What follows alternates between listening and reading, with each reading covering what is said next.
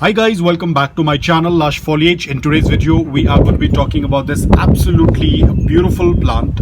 It is a variety of Dieffenbachia. It looks very similar to Aglaonema, but this is a Dieffenbachia. It's a little bit on the rare side, not a very common Dieffenbachia, and it's a little bit more expensive as compared to others.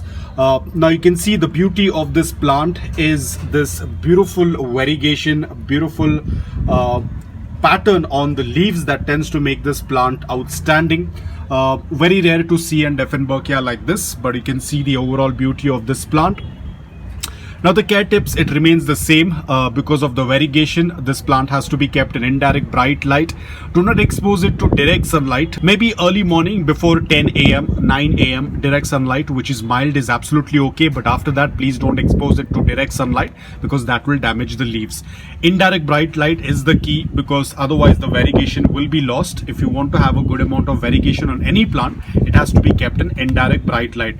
Talking about the soil mix, Dieffenbachias will do well in any kind of soil mix as long as the soil mix is loose, porous and well draining. I have used a mix of coco peat, garden soil and sand. The coco peat is going to retain slight moisture because Dieffenbachias prefer a slight amount of moisture but not soggy wet soil. The garden soil is going to give the basic nutrients and the sand is going to make the soil mix well draining because they do not like the water to be pooled in the pot. That would lead to a root rot. So ensure that you're using a soil that is well draining. Talking about fertilizers, they are not very heavy feeding plants. You can go with any organic solution or any organic fertilizer once a month during the summers, which is their growing period. During winters, cut down or do not add fertilizers. Also cut down on your watering. Talking about watering, whenever you see around 1 to 2 inches of the upper layer of soil is dry, go ahead and do a complete watering until the water starts passing through the drain hole. Always remember guys, do not keep the plant extremely dehydrated. They can still handle a little bit of underwatering. The leaves will start to wilt like this. That indicates that the plant needs water.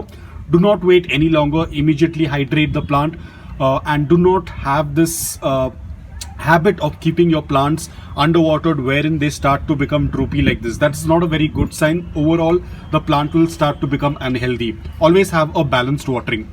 Now talking about pest issues, ideally I have seen that Dieffenbachias do not get affected with much of pest issues.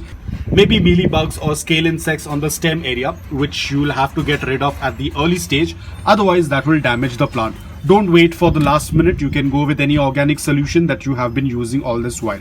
Now talking about propagation, you might have seen several videos on propagation of Dieffenbachias. It is the same process. I'll put the link in the description below. You can check it out. I have made a complete video of how to propagate your Dieffenbachia. Now talking about, is this plant toxic? Of course, Dieffenbachias are toxic. They are very poisonous. That is only if you ingest the leaves. And whenever you're doing a stem cutting, always use gloves because the plant milk or the sap is quite toxic. And especially if you have sensitive skin, it can irritate your skin. So ensure you're using gloves whenever you're doing a propagation. Keep this plant away from the reach of small children and pets. As I said, the leaves, if ingested, can be quite dangerous. So keep it at a safe distance. Other than that, it's an absolutely easy to grow plant. A lot of people tend to grow it indoor as well. But as I said, because it's toxic and if you have kids at home, it's better not to keep it indoor.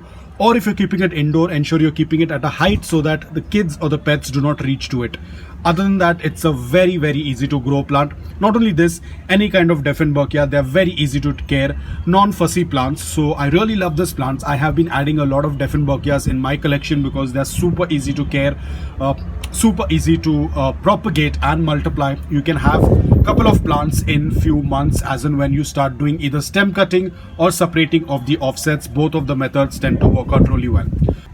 Now talking about temperature and humidity, they are not very fussy about humidity. Anywhere above 50% is going to work out really well. Temperature anywhere between 15 degrees Celsius up to 34-35 degrees Celsius is going to be apt for this plant. So guys, it's an absolutely easy plant if you are planning to add it in your collection. If you find this online, there are some sites that do have this plant online. You can purchase it from them or you can buy other varieties as well. As I said, all of the Dieffenbachias are super easy to take care, non-fussy plants. So if you're a person who's looking out for a plant that does not require a lot of attention, that does not require a lot of care and has very minimum requirements, then this is one of the plants you can add in your collection. So guys, that's all about it. I hope that this video was helpful to you. If it was, please hit the like button. And if you're new to my channel, please consider subscribing to it. Until then, take care, stay safe and keep planting.